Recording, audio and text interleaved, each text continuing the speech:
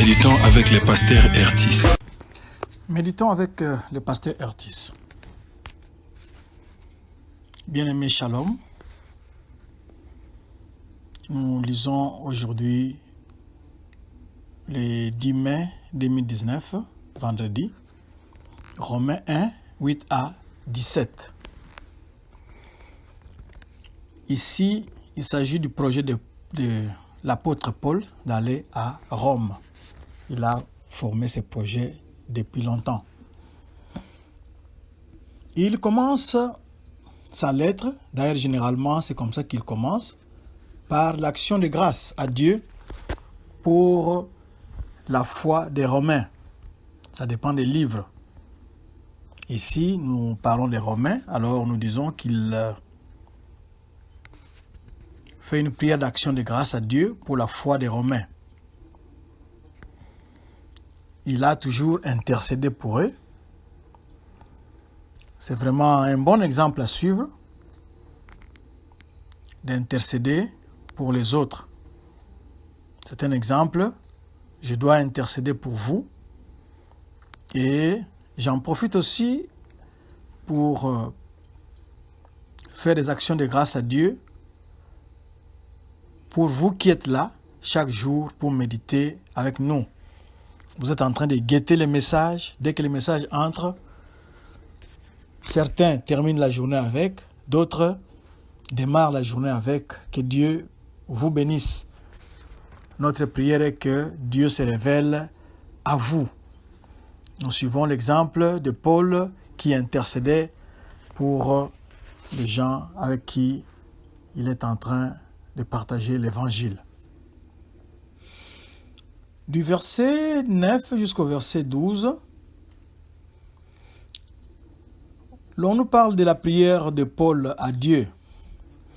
Il voulait aller visiter les bien-aimés, c'est-à-dire les chrétiens de Rome, pour les voir, leur communiquer quelques dons spirituels, et il dit pour affermir leur foi. C'est-à-dire que bien que Paul n'ait pas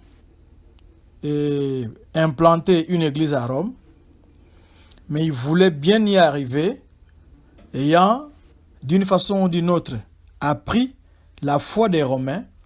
Nous avions dit que la bonne nouvelle était importante. Nous l'avions dit hier que la bonne nouvelle était importante à cause de l'environnement mondain de Rome. Rome, c'était une grande ville. Ce n'était pas une ville chrétienne, mais c'était une ville qui pouvait offrir tant d'attractions, tant de distractions pour les enfants de Dieu, tant d'attractions mondaines pour les enfants de Dieu. Alors, ils ont besoin d'être affermis dans leur foi. Paul voulait aller les fortifier dans leur foi pour qu'ils deviennent mûrs. Bon, mieux, il voulait qu'il y ait interaction de leur foi. Donc, ma foi va chauffer la foi des autres et vice-versa.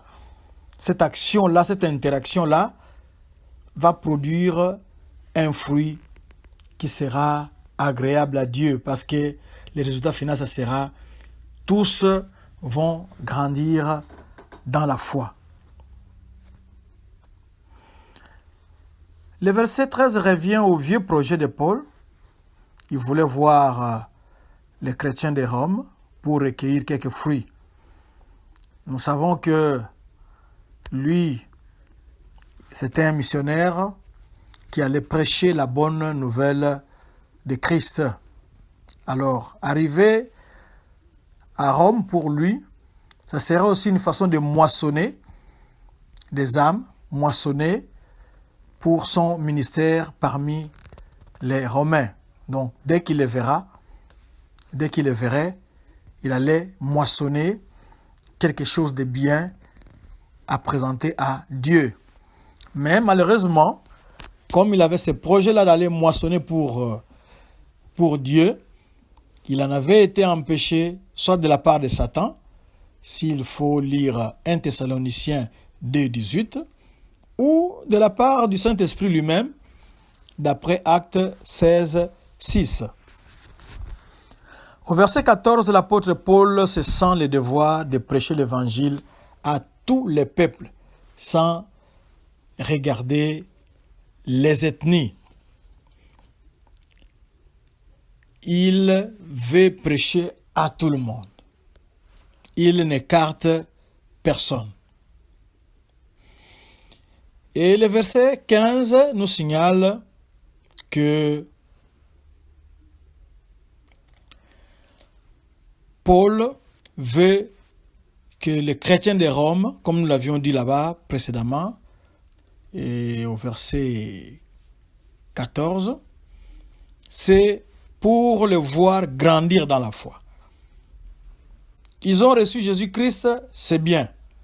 Mais maintenant, ils ont besoin de grandir. L'enfant est né, c'est bien. L'enfant doit être nourri de lait, de bouillie, de toutes les choses qui s'en suivent pour qu'il grandisse, qu'il commence à s'asseoir de lui-même, qu'il commence à se lever, marcher, etc. C'est la même chose dans la vie chrétienne. Recevoir Jésus, c'est bien. Vous avez besoin de méditer la parole pour que cette parole-là nourrisse votre foi, car la foi vient de ce qu'on entend, et ce qu'on entend vient de la parole de Dieu. C'est cette parole-là qui vous fera grandir dans la foi, d'où nous devons méditer chaque jour.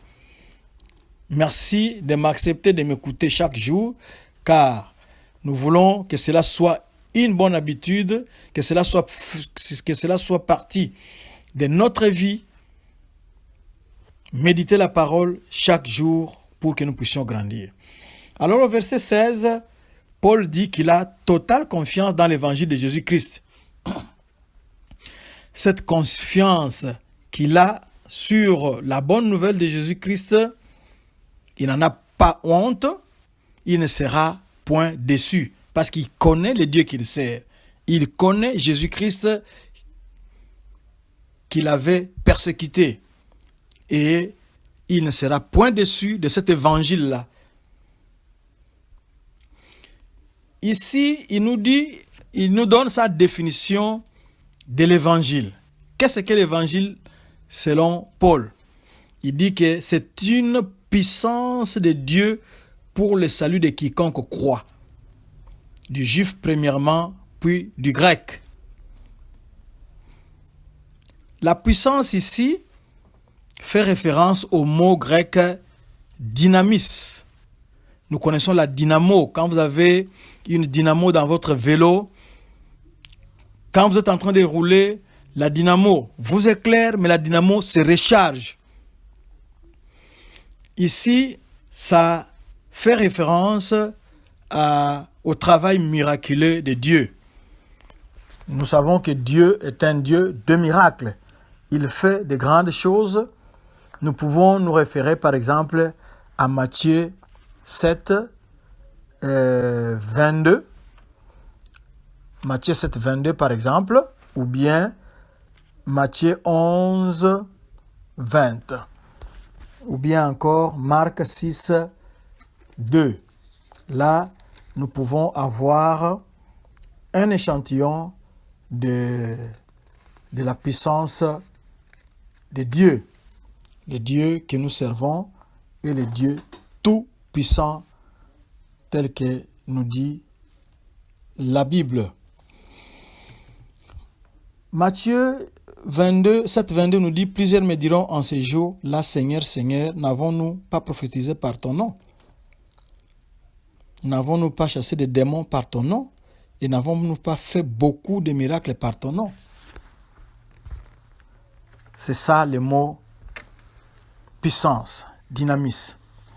Ici, la puissance, c'est l'habileté de Dieu à délivrer son peuple du péché et du futur jugement. Il y a un jugement qui attend toute l'humanité, mais Dieu est capable, Dieu a le pouvoir, Dieu a la capacité de délivrer son peuple du péché.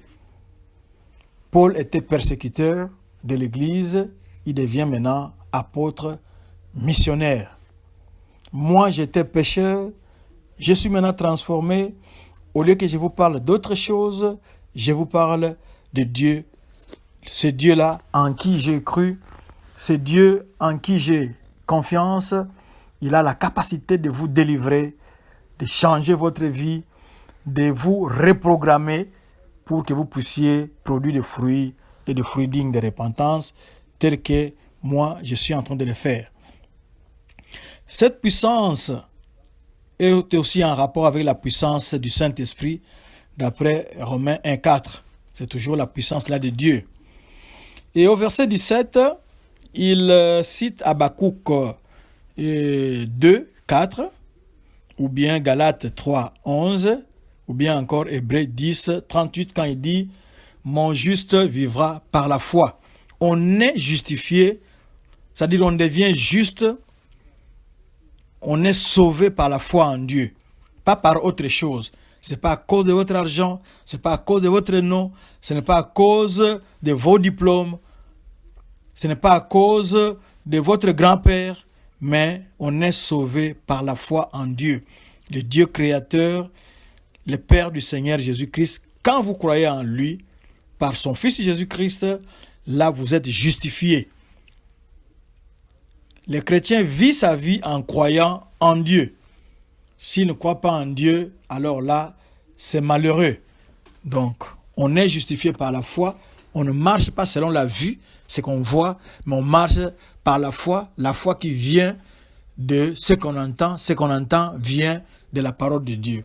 Quand vous croyez à la parole de Dieu et vous avez la foi en cette parole-là, vous croyez, vous êtes sauvés et votre vie sera différente de celle des autres parce que vous allez croire en des choses que vous ne voyez pas et risquez de penser que vous êtes un insensé, mais ils verront que Dieu va déployer sa puissance dans votre vie pour sa propre gloire. Vraiment, nous avons ici un bel exemple à suivre. C'est l'exemple de l'apôtre Paul qui veut affermir les autres. C'est ce que nous sommes en train de faire maintenant. Nous cherchons aussi à vous affermir pour la seule gloire de Dieu. Vous ne devez pas vous arrêter simplement et vous êtes sauvés, vous vous arrêtez là-bas, mais ayez aussi une vision large d'essayer d'atteindre les autres pour les amener aussi à la foi en Jésus-Christ. Que Dieu vous bénisse. Seigneur, merci. Tu veux que tous les hommes soient sauvés. Tu as voulu démontrer ta puissance en nous sauvant pour que nous puissions être des instruments pour atteindre les autres. C'est ce que nous sommes en train de faire. Nous bénissons ton nom. Notre prière en ce moment est que tu te révèles toi-même à eux et que tu affermisses leur foi par ce qu'ils entendent chaque jour. Dans le nom de Jésus. Amen. www.églisedoxadeo.com/sermon/blog. Vous allez retrouver la méditation et d'autres ressources. Que Dieu vous bénisse.